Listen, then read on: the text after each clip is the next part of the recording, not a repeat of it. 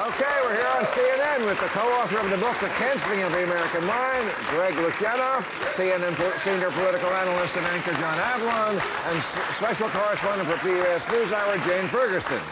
Okay, here are the questions that the people of America want to know of our CNN panel. You're often on a CNN panel, yes, right? I am. Okay, so this is just new to you, not new to you. What does the panel think of choosing Taylor Swift as Time Magazine Person of the Year? 100% for it. She totally deserves it. I'm not kidding. There you go. It's just no, I mean, yeah, who can argue? It was her on the cat, though. I mean, the cat should get credit. No, I mean, it's a phenomenal year. I mean, we have not seen a year like that in show business, maybe ever. What are the panel's thoughts on Hunter Biden being indicted? Look, it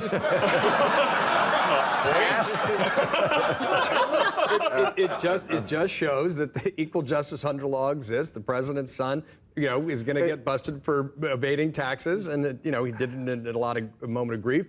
And that doesn't really matter because he got to obey the law, no matter whose son you are, no matter who. It does really. There's no two-tier justice. Right? It does really point out that one side does consider the law a little more seriously than the other. And the fact that they kind of compare it to Trump, like Hunter Biden is not our hero. Okay?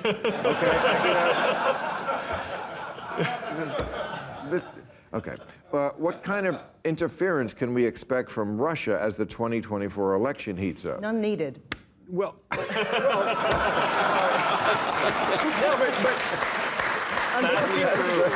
but actually, there's a story that just came out yesterday in the UK that the U.S. was involved as well, that Russia is doing cyber hacking specifically with the goal of not only disrupting their election, but eroding faith in democracy itself. And I think that's the larger stakes. We've seen this on TikTok, a lot of these things that go viral. You've discussed that. And now, you see Trump losing no opportunity to praise Xi in every campaign speech. The guy, Donald Trump, loves dictators, but I think that dramatically increases the chance of interference only because people are going to want, those autocratic alternatives are going to want to degrade democracy and put us on a path towar's decline. But are we flattering ourselves in thinking that that's what they need to do as opposed to sit back and watch? I mean, like, no. People, there was, of course, the misinformation campaign and bots on Twitter making us all, get outraged and row and fight. But it feels like that's taken on an organic life of its own now. And, perhaps we're flattering ourselves by saying it must be interference. Both. We see this in other parts of the world, whenever people, rise up against their leaders and everyone says it's a conspiracy. I mean, by all means, Russia will and would love to interfere, but I kind of wonder if, these days they really need to. I mean, this election is not looking too tight. Yeah. In canceling, we talk a lot about what experts have done to undermine their own credibility, unfortunately, in recent years, and that's also a big thing that Russia's trying to do as well. And unfortunately, they're complimenting each other in the worst possible way. Sure. Okay. What did the panel think of Vivek Ramaswamy's performance at the debate this week? I had to watch that? Yeah. Did you watch it? I did. No. It's not on the test, right? If you didn't see it, it was... In one answer, he managed to connect every conspiracy theory from the 21st century. Oh, that's cool. From 9/11. Well, except it was clearly a dog whistle to folks on the far right to sort of connect 9/11, say January 6th was an inside job, to talk about the Great Replacement theory, and saying there was a Democratic Party platform. And to repeat 2020 election lies, which are now a litmus test within the party. That symbolizes everything wrong in our politics. It's totally disgusting, it's disqualifying, it's pathetic, and it's pandering. He's done. I should have tuned in. I think Pisses me off. But also... I think it also, though, really speaks to a level of desperation. I mean, you have to be pretty scared to start connecting more and more and more conspiracy theories together. I mean, there's got to be like a limit to where, once you've had too many, then you really look like you're losing. Gotta work in Pizzagate. Right. But also just well, he did with the Chris Christie joke. Oh, did he really? Well, he worked in pizza. Or something. Didn't he say something? I mean, he made a fat joke at Chris Christie. I tried to like this guy. I mean, I had him on my podcast. He had him on the show. He's a personable guy.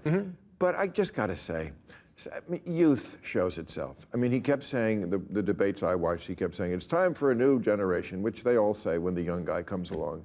And this just showed it's not. Because this generation... Not that guy. What? Not that guy. Well, not that guy.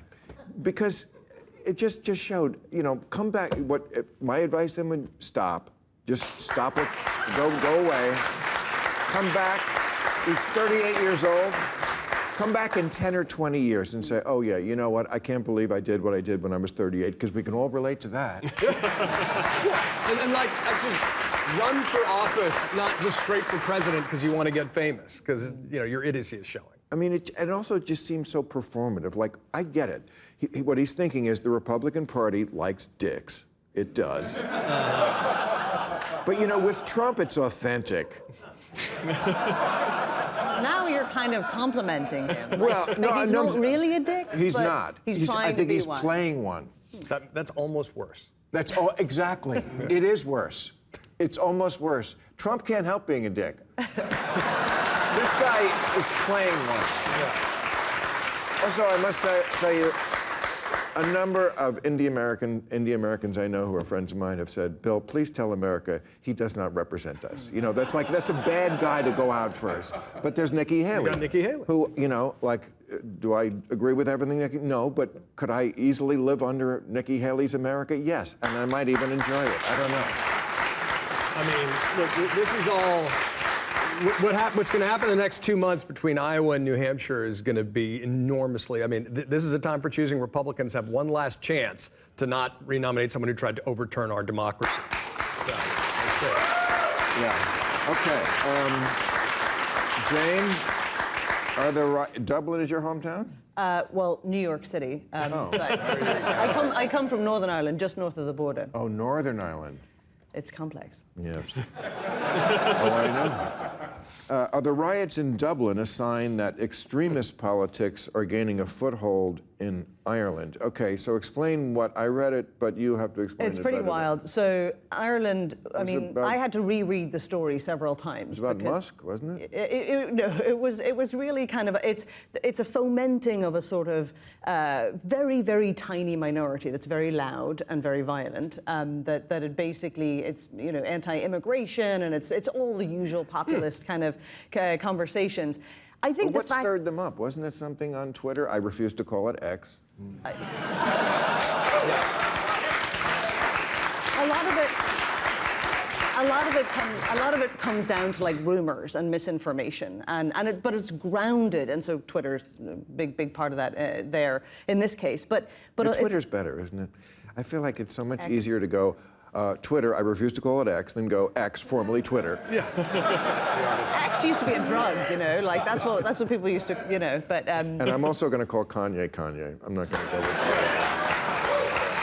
Speaking of Ireland, But the Irish thing, though, I mean, honestly, like, the thing that concerns me is that whenever you start having a pretty sort of violent, extremely right-wing riot in Ireland, I mean, this is unprecedented. We've had them here. Yeah. But I mean, never in Ireland. Like, I mean, Ireland it is so antithetical to everything, we know about. Ireland was the first country to, by popular vote, legalize gay marriage, I mean, Ireland is one of the most liberal late places. in the game, though.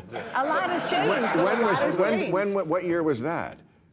That was 15 years ago, 10 years ago? That's kind of late in the game. All right. Raise a glass to Shane McGowan, by the way, speaking of Ireland. Yeah.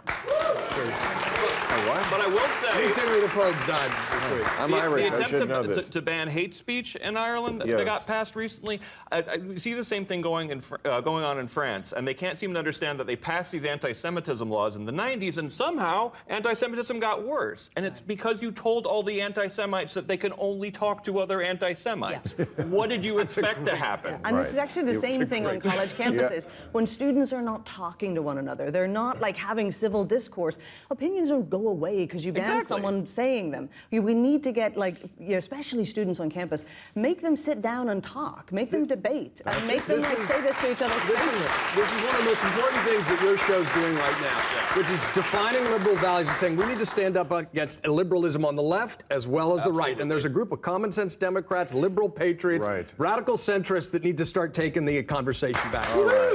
Well said. Thank you, everybody. We'll see you next week for our season finale.